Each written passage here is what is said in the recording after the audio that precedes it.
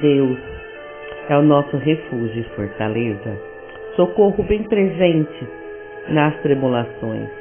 Portanto, não temeremos, ainda que a terra que se transtorne, e os montes se abalem no seio dos mares, ainda que as águas tumultuem e expulgem, e na sua fúria os montes se estremeçam. Há um rio cujas correntes alegram a cidade de Deus, o santuário das moradas do Altíssimo. Deus está no meio dela, jamais será abalada. Deus o ajuntará desde antemanhã. Bramam nações, reinos se abalam. Ele faz ouvir a sua voz e a terra se dissolve. O Senhor dos Exércitos está conosco. O Deus de Jacó é o nosso refúgio. Vinde, contemplai as obras do Senhor, que assolações efetuou na terra. Ele põe termo à guerra até os confins do mundo. Quebra o arco, despedaça a lança, queima os carros de fogo. Aquietai-vos e sabei que eu sou Deus. Sou exaltado entre as nações. O Senhor dos Exércitos está conosco. O Deus de Jacó é o nosso refúgio. Deus glorioso, poderoso, misericordioso. Que as suas bênçãos, que se multiplicaram pela manhã, venham alcançar a todos entre nós, nesse dia, nesta noite, nesta tarde, no momento em que eles ouvirem esse áudio, Senhor, aonde a minha voz alcançar, Pai, que a sua bênção chegue ali também. Bom dia! Estamos no nosso 19º dia, que traz com o título Cultivando a Comunidade. Tiago 3,18 diz: você poderá ter uma comunidade saudável, sólida, bem-sucedida e que Deus aprova somente se trabalhar duro para fortalecer os relacionamentos, tratando-os todos com dignidade e honra. Atos 2:42 nos passam também. Elas passaram a seguir o ensino dos apóstolos, a vida em comunidade, a refeição comunitária e a prática da oração. Comunidade exige comprometimento. Somente o Espírito Santo pode criar uma verdadeira comunhão entre irmãos, entre cristãos. Mas ele cultiva isso por meio das escolhas feitas e dos compromissos que fazemos. Paulo faz referência em Efésios 4:3. Essa dupla responsabilidade. Vocês estão unidos na paz por meio do Espírito. Portanto, esforçam-se para continuar unidos neste modo.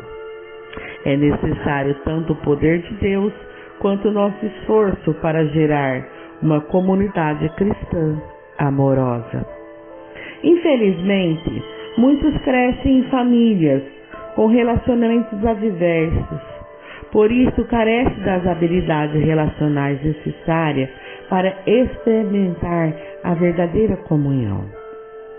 Eles devem ser ensinados a lidar e a se relacionar com os outros membros da família de Deus.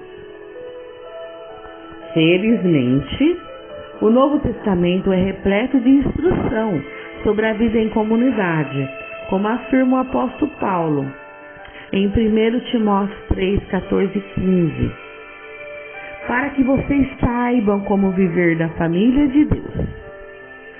Essa família é a igreja.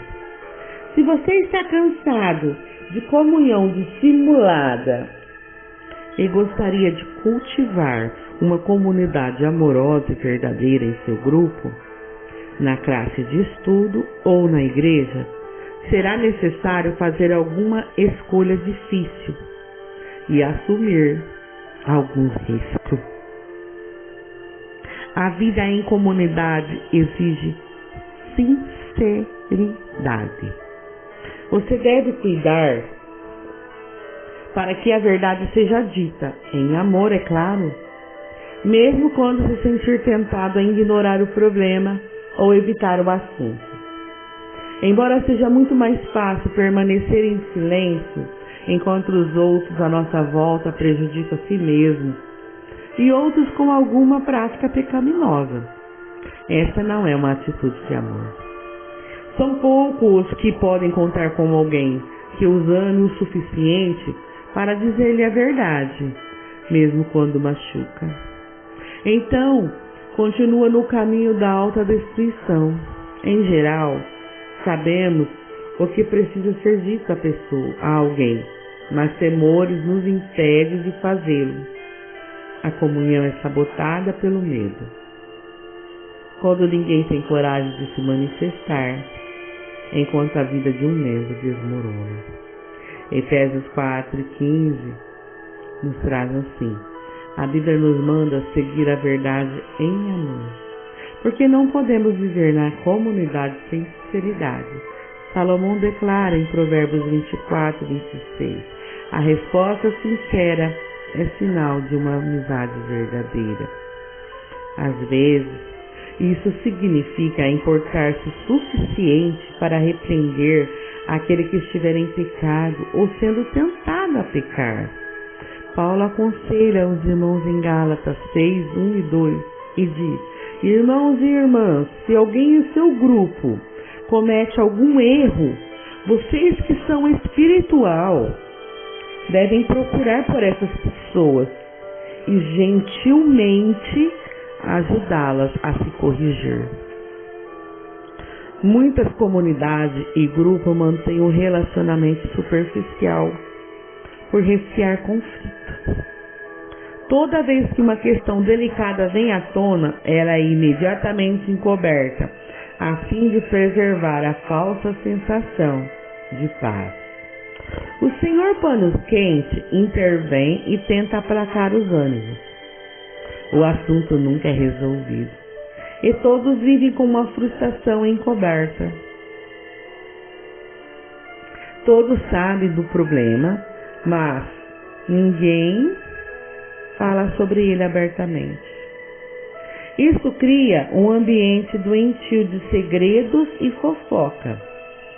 Paulo é incisivo quanto a esse assunto.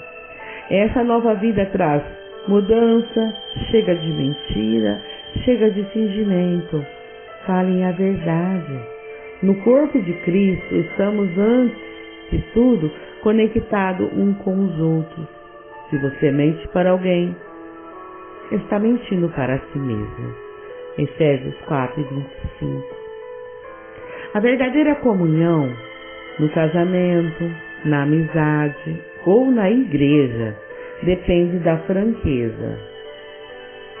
Na verdade, o túnel do conflito é a travessia para a intimidade em qualquer relacionamento.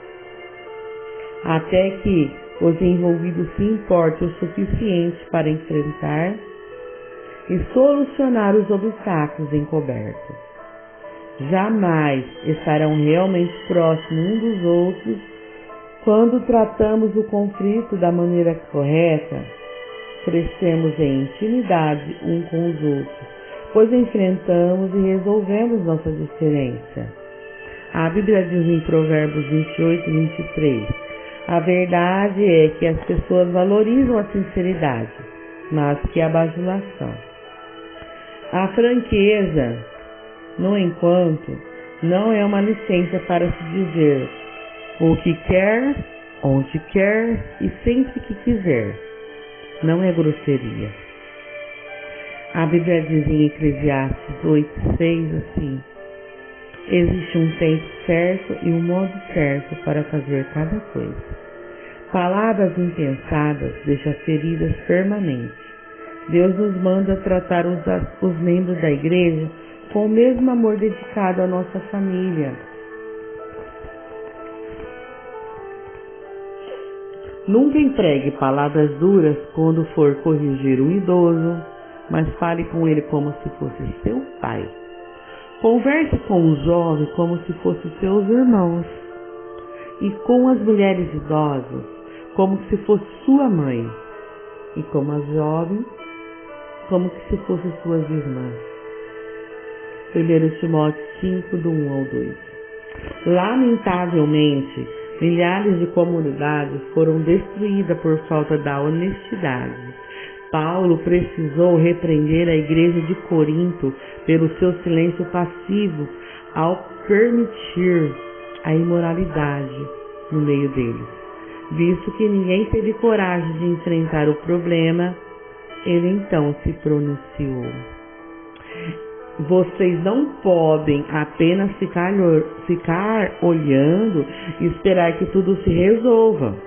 Tratem da questão e resolvam o problema na autoridade de Jesus, nosso Senhor, que está presente entre vocês.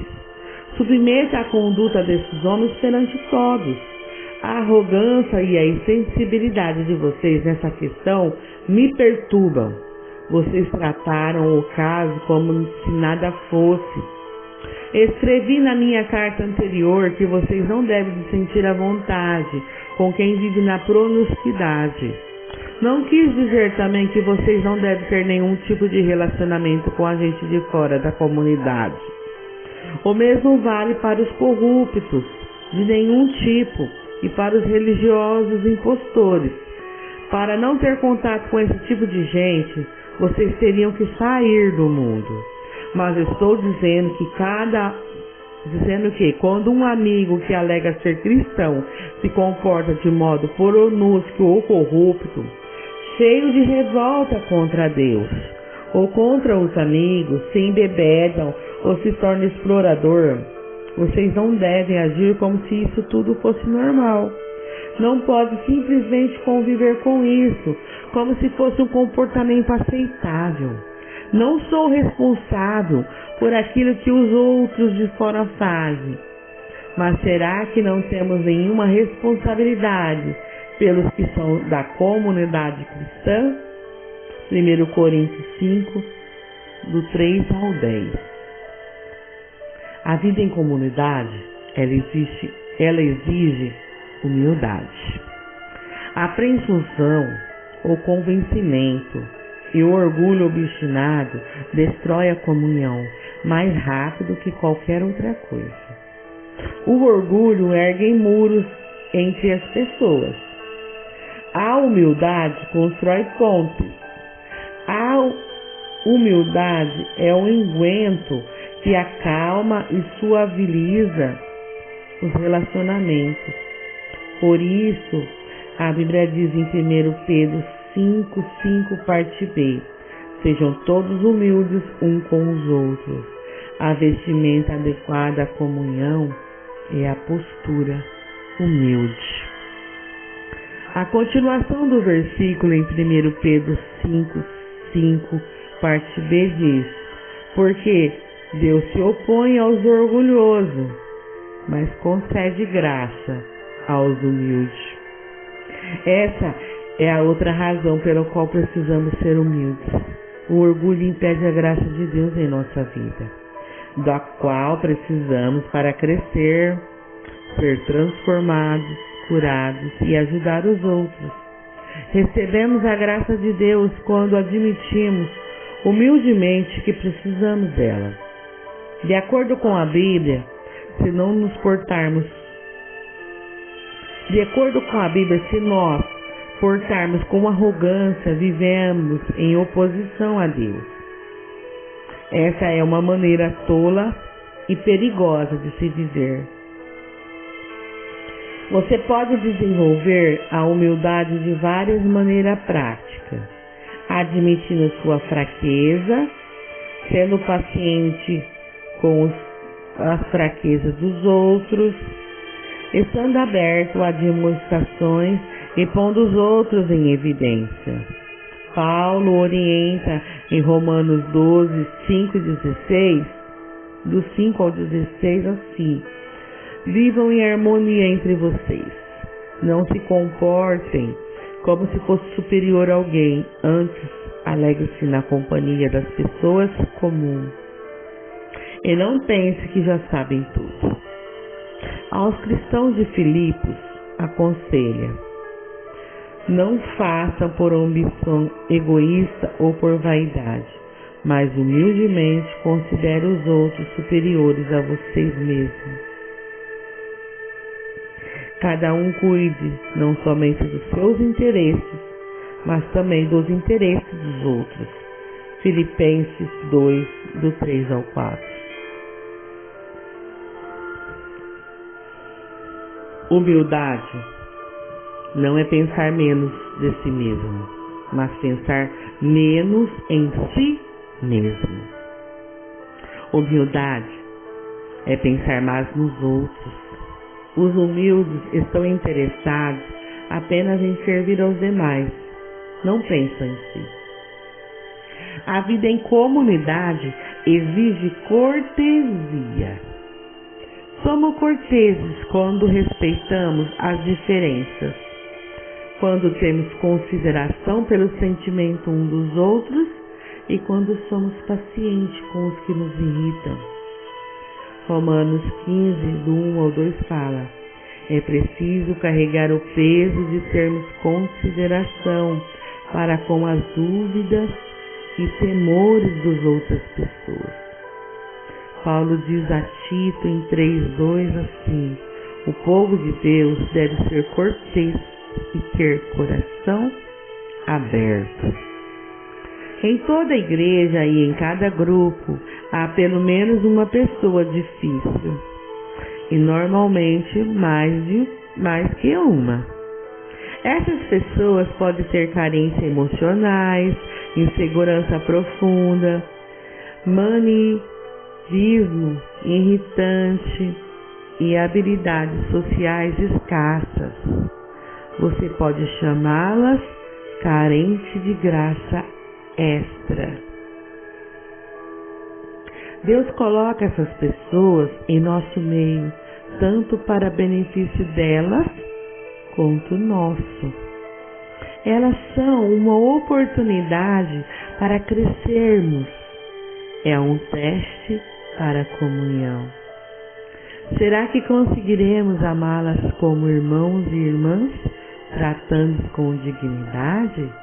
Em uma família de verdade, a aceitação não se baseia em critérios como inteligência, beleza ou talento de cada membro, mas no fato de pertencermos uns aos outros. Defendemos e protegemos a família. Um membro da família pode ser um pouco tolo, mas ainda assim é um de nós. Da mesma forma, a Bíblia diz em Romanos 12:10, sejam delicados uns com os outros, como uma família afetuosa. Aprimore-se em demonstrar respeito uns para com os outros. A verdade é que todos temos peculiaridade e traços de temperamentos irritantes, mas a comunidade não depende de sermos todos compatíveis. O fundamento para termos comunhão é nosso relacionamento com Deus. Somos uma família. Um elemento essencial para a cortesia é conhecer a origem das pessoas. Descubra o histórico delas. Quando você souber as experiências pelas quais já passaram, certamente será mais compreensível. Em vez de pensar na distância que ainda precisa percorrer, pense no trajeto que já percorreram, apesar da dor que carrega. Outros procedimentos que faz parte da cortesia é não subestimar as dúvidas dos outros. O fato de você não temer alguma coisa não torna esse sentimento inválido. A verdadeira comunidade é construída quando as pessoas sabem que é seguro compartilhar medos e dúvidas sem serem julgados.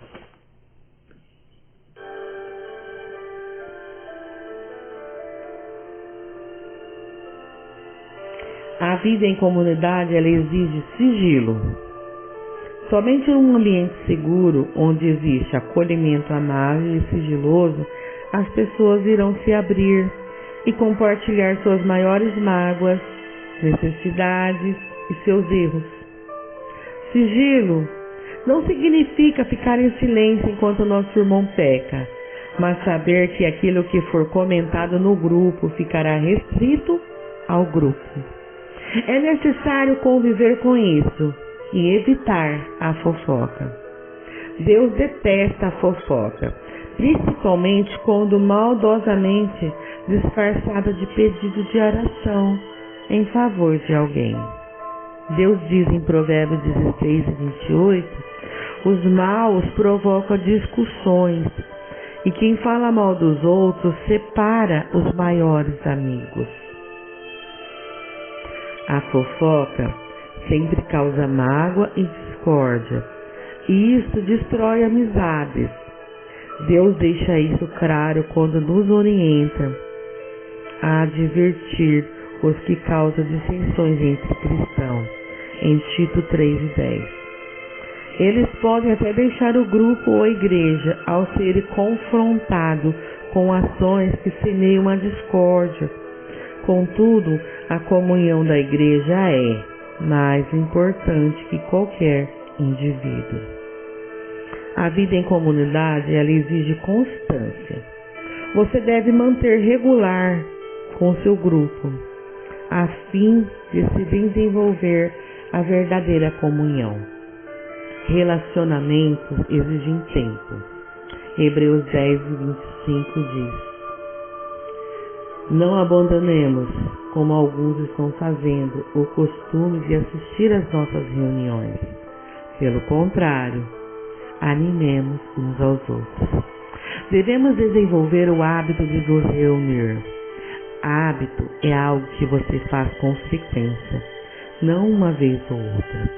É preciso passar tempo com as pessoas, muito tempo, para estabelecer relacionamentos íntimos. Por isso observamos uma comunhão tão superficial em muitas igrejas. Não passamos tempo suficiente juntos. E o tempo que passamos é quase sempre gasto para ouvir uma única pessoa falar. Uma comunidade não é formada de acordo com a nossa conveniência. Vamos nos reunir quando eu tiver vontade, mas na convicção de que é necessário para a nossa saúde espiritual. Se você quiser cultivar comunhão verdadeira, isso significa reunir-se mesmo quando não tem vontade, porque acredita que é importante. Os primeiros cristãos reúnem-se todos os dias. Em Atos 2:46 fala, todos os dias eles adoravam juntos no templo, reuniam-se nas casas para o partir do pão e participar das suas refeições com grande alegria e gratidão.